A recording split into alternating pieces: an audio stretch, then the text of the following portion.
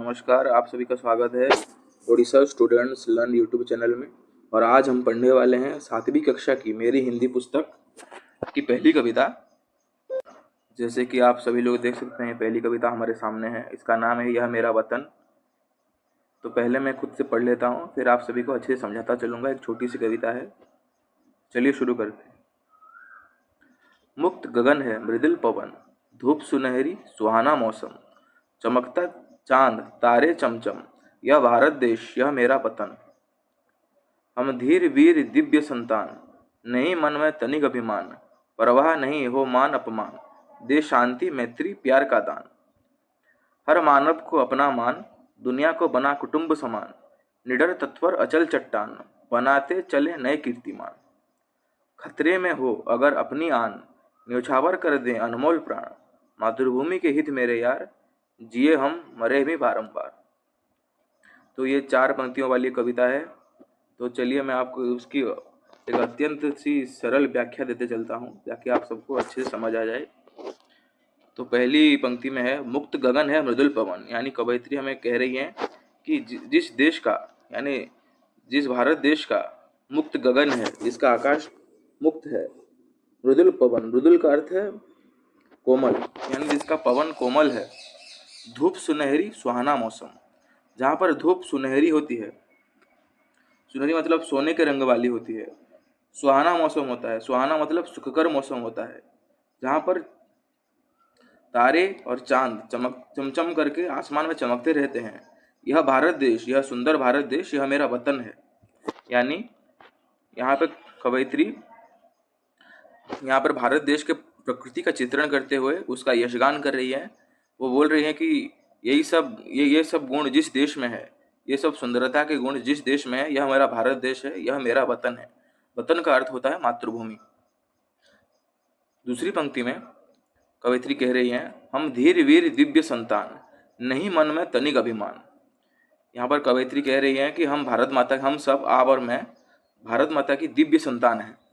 हमारे मन में तनिक भी अभिमान नहीं है। तनिक मतलब थोड़ा भी अभिमान नहीं है। परवाह नहीं हो मान अपमान, दे शांति मैत्री प्यार का दान। हमें परवाह नहीं है हमारे मान और अपमान की। हम सभी को समान रूप से सम्मान देते हैं। हम सभी को शांति मैत्री, मैत्री यानी मित्रता, प्यार का दान देते हैं। सभी को शांति मैत्री प्यार का दान दें। तीसरी पंक्ति में कवयित्री कहना चाहती हैं, हर मानव को अपना मान, दुनिया को बना कुटुंब समान। यहाँ पर कवयित्री कह रही है कि हर मानव को अपना मान सम्मान देना चाहिए, किसी से भी उसका सम्मान नहीं लूटना चाहिए, सभी को समान रूप से आदर करना चाहिए। दुनिया को बना कुटुंब समान, यानी पूरे दुनिया विश्व को एक परिवार मानकर, वसुधैव कुटुंबकम का संदेश देकर यहाँ कवयित्री कह रही है कि पूरी दुनिया को एक कुटुंब समान प्यार करना चाहिए। निडर तत्पर अचल चट्टान, बनाते चले नए कीर्तिमान। यानी हमें बिना डरे, हम हमेशा अपने कर्तव्य पथ पर तत्पर रहकर, अचल चट्टान, जैसे चट्टान हमेशा अपने स्थान में टिका रहता है, हिलता डुलता नहीं है, उसी तरह हमें भी डटे रहना है इस कर्म पथ पर। और हमें अपने पीछे नए कीर्तिमान यानी यश के चिन्ह छोड़ते जाने चाहिए। यानी हमें कुछ ऐसा करके दिखाना चाहिए जहाँ पर विश्व भर में हमारे भारत का गुणगान हो, सभी इसको सम्मान करें और सभी एकता के सूत्र में बंध जाएं। खतरे में हो अगर अपनी आन, न्योछावर कर दे अनमोल प्राण। यहाँ कवयित्री एक अनोखा संदेश देना चाहती हैं। वो कह रही है, अगर हमारे प्राण खतरे, हम अगर हमारी आन, आन मतलब सम्मान, खतरे में भी हो तो हमें न्योछावर, हमें अपना प्राण न्योछावर कर देने चाहिए। यानी हमारे सम्मान के हेतु हमें अपने प्राण को, हमारे अनमोल प्राणों को मूल्यहीन समझकर न्योछावर कर देना चाहिए। यानी हमारे सम्मान के आगे और कुछ नहीं है। मातृभूमि के हित मेरे यार, जिए हम मरे भी बारंबार। यहाँ कवयित्री कहना चाहती है कि केवल मातृभूमि के हित के लिए हमें जीवन यापन करना चाहिए।